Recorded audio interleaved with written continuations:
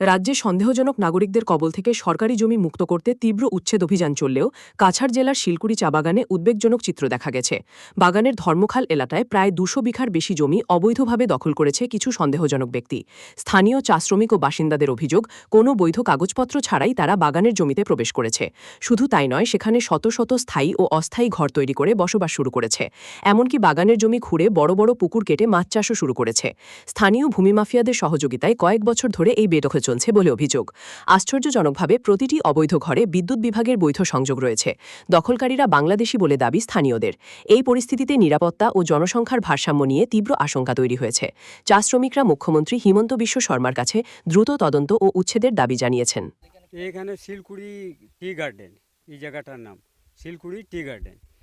এইখানে আজকে ৩-৪ বছর থেকে মানে অনেক মানুষ নতুন নতুন আইয়া বসবাস করে। হ্যাঁ, প্রচুর জায়গা এখানে মানে দখল করছে।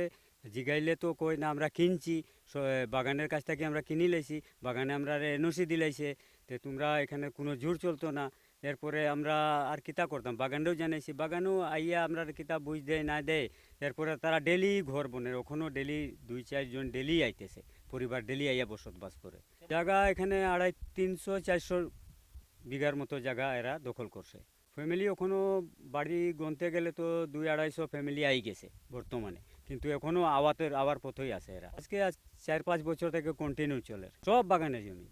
ওইখানে সামনে বিল একটা আছে বাগানের, ওই বিলের আশেপাশে মানে যত মানে অবৈধ মানুষ, মানে এটা চিনাও যায় না, এরা আইয়া বসবাস করছে। আর এটা তো মনে করি বাংলাদেশি মানুষ আছে, বাংলাদেশ থেকে আইয়া এখানে ভূমাফিয়া তারা আশ্রয় দেয়। তোমার একটা ভীষণ দাস বলে একটা লোক আছে, এই জমিনে এইও করে, মানে দালাল টাইপের মানুষ। এরাই তারা আনিয়া 2 কাঠা 4 কাঠা বিক্রি করিয়া তারা বসবাস করার। প্রদীপ দাস বলে একজন ছিল, হেও কিছু জায়গা লইছিল, এরপরে হে লয় না। কিন্তু এখন বর্তমানে যে নতুন জায়গাগুলো যেগুলো বিক্রি হওয়ার বা লোয়া লই চলে, এটা মানে ওর জেন হলো ভীষণ দাস, এইগুলার বেশি কারবার করে মানুষটা হেউ আনে। সব আছে, রাস্তাঘাট, তারা দোকানদারি সব করে ওখানে, সব কারেন্ট সব তারা আনি লেছে, সব সুবিধা লইছে।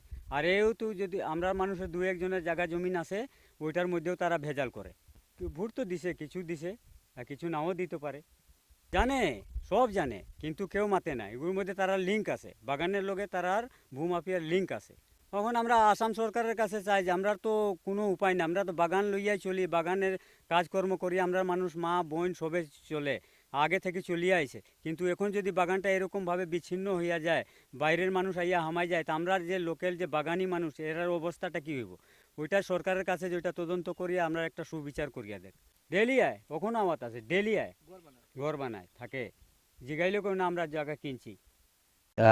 एजा हमार जगह जमीन है, वो लोग काल परसों आयल है बांग्लादेश से आके जगह जमीन वो लोग दखल करत। हमने के हिंदू आदमी के 10 वाले आदमी के खेदे के चक्कर में बा। और फिर भी हमारे एजा 3-4 गो पिसारी है, वो लोग जगह जमीन लेता। जैसे 1 नंबर भीषण दास, 2 नंबर लेठुन दास, 3 नंबर मनमोहन, अनिल दास। अनिल दास हुई तो टीला किना था, टीला लेके 4 काठा 5 काठा हिसाब से जमीन जगह बेचा किना कर बांग्लादेशी भीरे बेचा था। जो लोग आयल है वो लोग भीरे बेचा। एजा 300-400 बीघा जमीन, वो तो पिसारी बनावता, मुर्गी फार्म बनावता, सुअर फार्म बनायल है। बागान के जमीन सिलकुड़ी बागान के ना कोई ऐसे नहीं के अबो करता था आदमी, माने धरा मोटा मोटी कोनो एक लड़ा चढ़ा नहीं के करता। हमनी के चाहता है हमनी के जैसे जमीन जगह बा, हमनी के तो एगो सुविधा बा। बाकी तो धरा है तो जैसे आज वो बेच के चल जाता, काल आरो एक आदमी बेच के चल जाए, तो धरा मोटा मोटी जमीन जगह तो सबके छोड़े हुई, जनता ना दी तो छोड़े हो ना। सब जगह जैसे हटाओ था सरकार, वैसे जैसे हमनियों के एजा जैसे हटाई, ठीक है ना। बागान के आदमी के तकलीफ है, दिकदारी है।